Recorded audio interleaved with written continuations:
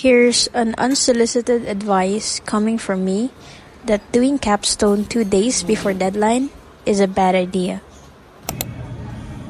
Kasama ko pala yung friend ko and we're here at a local cafe near my home. Dito siya nag-sleepover kasi may upcoming defense kami and we're trying to cram it all 2 nights before presenting. I think at this point, kape na lang talaga yung dumadaloy sa dugo namin.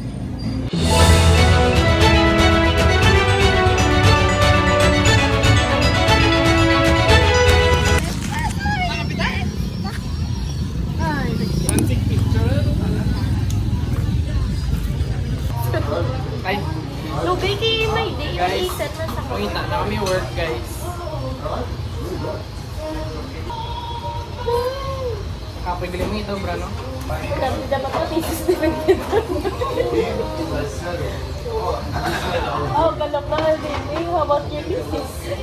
Currently looking for IT or GT. Much as possible with pay.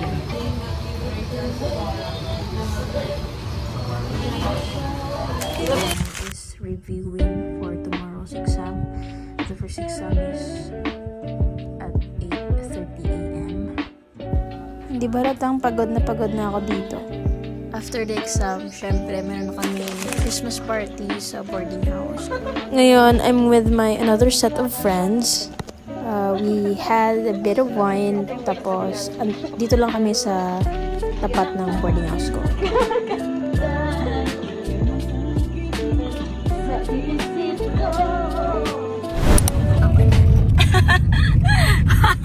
Hi guys, so ngayon mag-drive-thru na lang ito, Jollibee na lang. Ay, hindi. Ano daw? Now we're looking for some place to eat. Puta, laban pang traffic sa nakaot na nagali. So ngayon, traffic.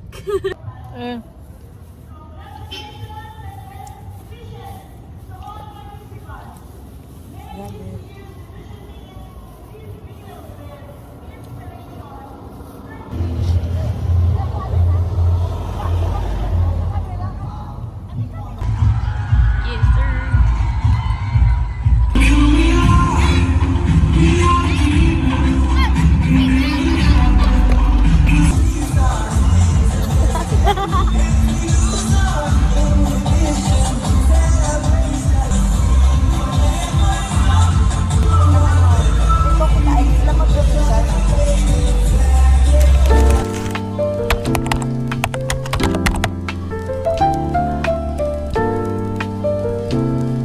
May patinga mo? Oo. Where the fuck are you going? So ngayon, nandito kami sa may web zoo. Nag-wait kami ng bus kasi 7 PM pa daw yung departure. So, A day in my life as a purikat, dapat mapasibong. Unsa man idong? Unsa man idong? Developers. Unsa ka man dong? Anong unsa ka man? I'm Axel Talion and I'm Ambis IT4A. Yeah. What? Ano mambal mo ang imong greatest experience mo? Nakita ko akong ano. What's the best thing that happened sa imong college life? I think being a student leader, that's the highest peak sa among life. And being the representation of the whole IT student. Imo naman niya worst hardest challenges or experience. This is during this is guys. So next. Ano? Ang hardest ang pag-breakdown ni Joshua. Ay, problem yan sa imong college life. mas sa pag-break nila, duwa kay tuwag ang amo ko niya. Experience mo sa college life? Ang different kayo nga tapos mag-anay kami na. Hardest and most challenging experience mo sa college life? Siga! Sarap na! Eh, pa na. Alam ka na, wait lang. Oh, di ba? Alam ka na.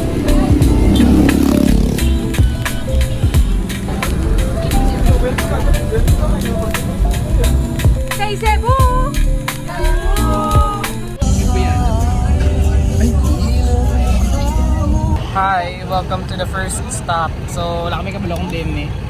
It's Balete Highway Eatery. Kamusta ang food, Day? Super expensive. It's not worth like this 490 pesos. What's that? What's ano ni siya nga sa dyan? It's manok, like the lechon manok ng brand sabaw, I don't know. And then, And then Free sabaw? Yeah, free sabaw. Pero mga 5 out of 10. ikaw yan? Siyempre, Take out Nakamakdo McDo siya. from my life.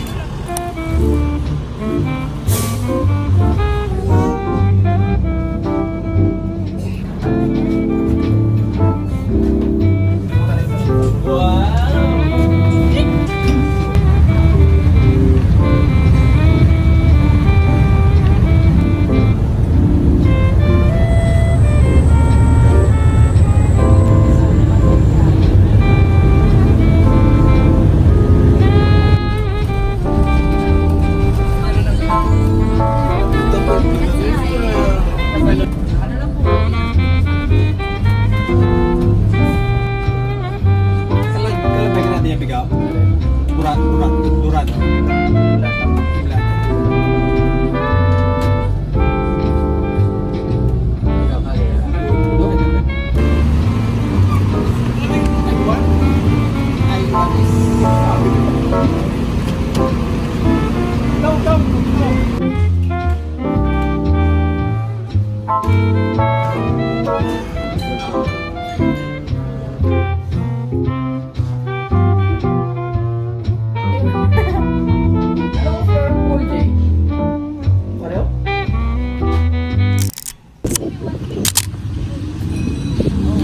landscape.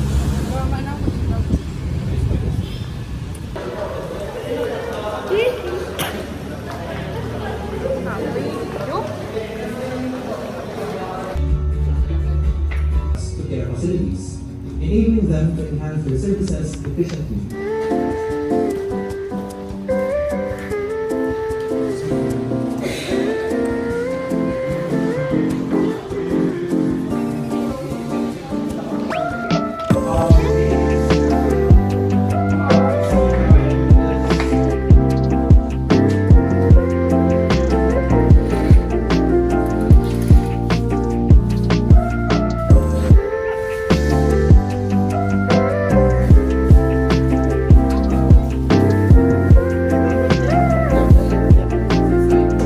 Hello!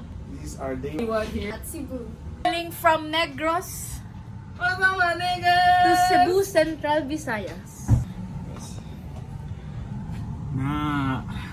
Sheesh! Apakaangas! Hey! So, how's your experience here, sir?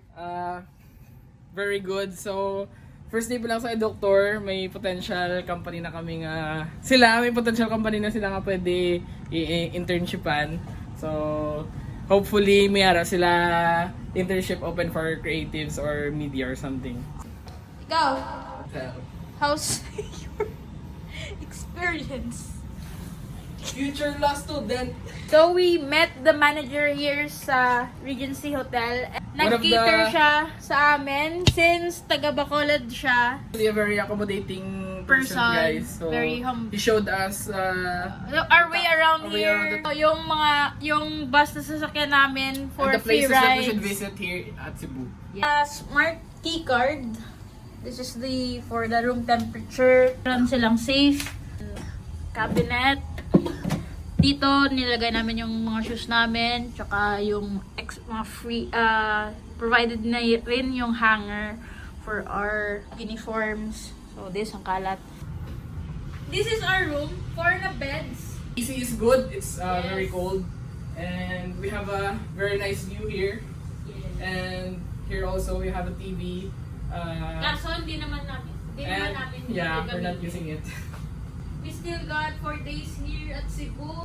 So we're gonna rest muna, guys, and then we'll shoot some shots later. Yung hotel na kung saan kami nag-stay is Crown Regency Hotel. Kasi ano. Ay, tijab muna. Super ganda ng lighting, guys. Kaya ang dami namin kinuhang pictures. Tsaka ideal siya for videos. So this is our night view. Ang makikita namin is yung Fuentes Circle. And every night merong nagbabasking tsaka mga night market. 774-565.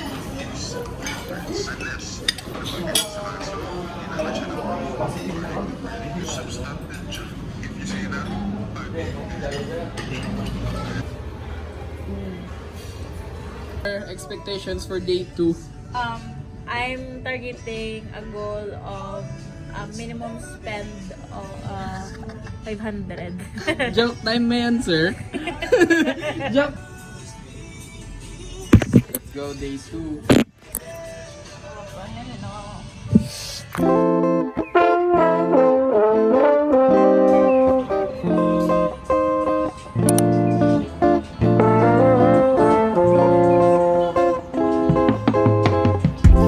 Welcome to day 2.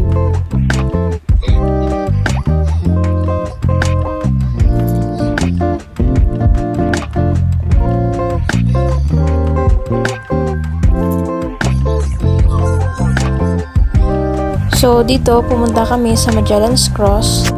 Then we also went inside the church to pray. And our next stop is Rivans IT. Para siyang training center. And at the same time, sila din yung mga nagsa-set up sa mga call center. Tinuruan kami nila kung paano mag-set up ng mga analog phones sa mga offices.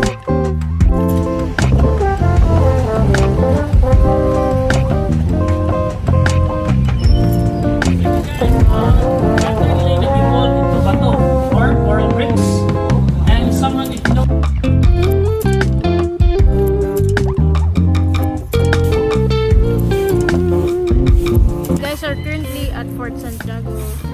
Here with my friend. Fit check. Check.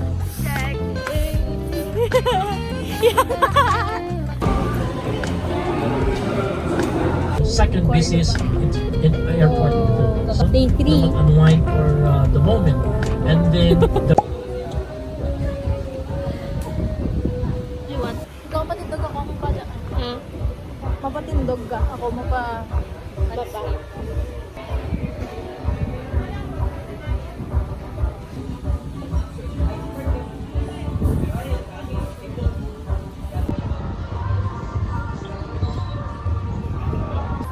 Arang may gabaligya. Wala nga may pearl nga daw legit na yun. Kabala ka? Iba ka ko na ang...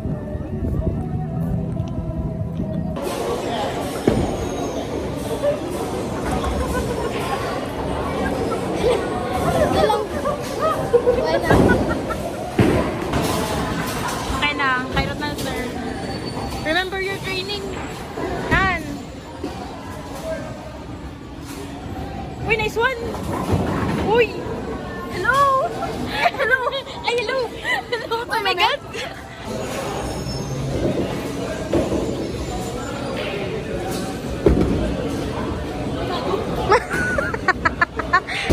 Sheesh! Tiga ko! Sabi!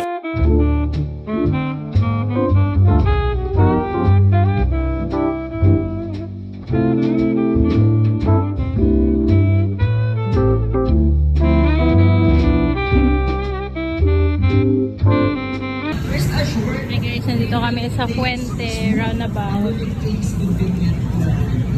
Pasko na Pasko! Hey, nightlife!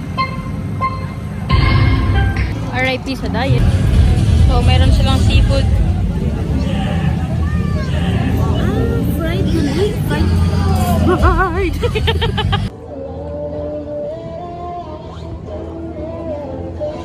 Pili na? Time. Right after the celebration of Christmas, we have City and Pier, the Tatanat, and Saan? Saan lupa ka? Sinilang. Sila ka na? Bibi? Ano? Ano? Doktor mo siya temperature. Takot sa loob.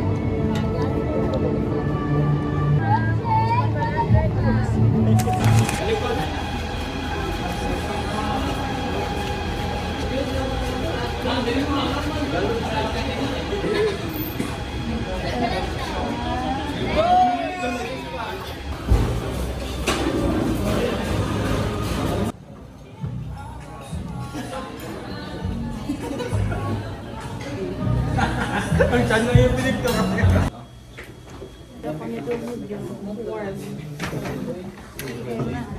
Musta ang experience mo? Iyo di puta.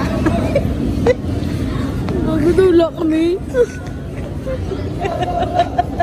Nag-voice pa na pila ka minutes dito. Tapos hindi nga rin lang mandigaling.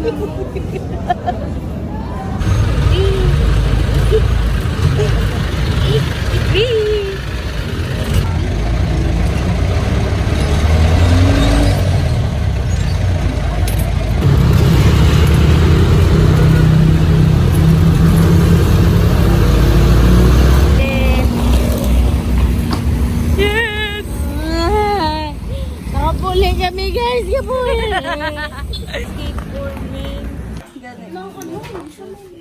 Tingnan to, ako na, nang...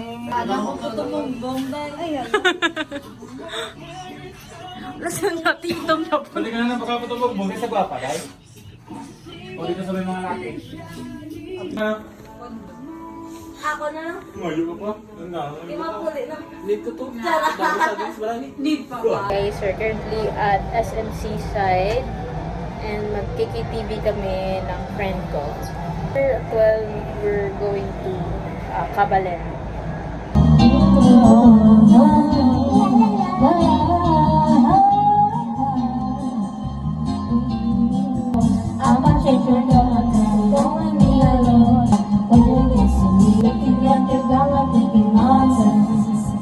I was in my stomach when you walked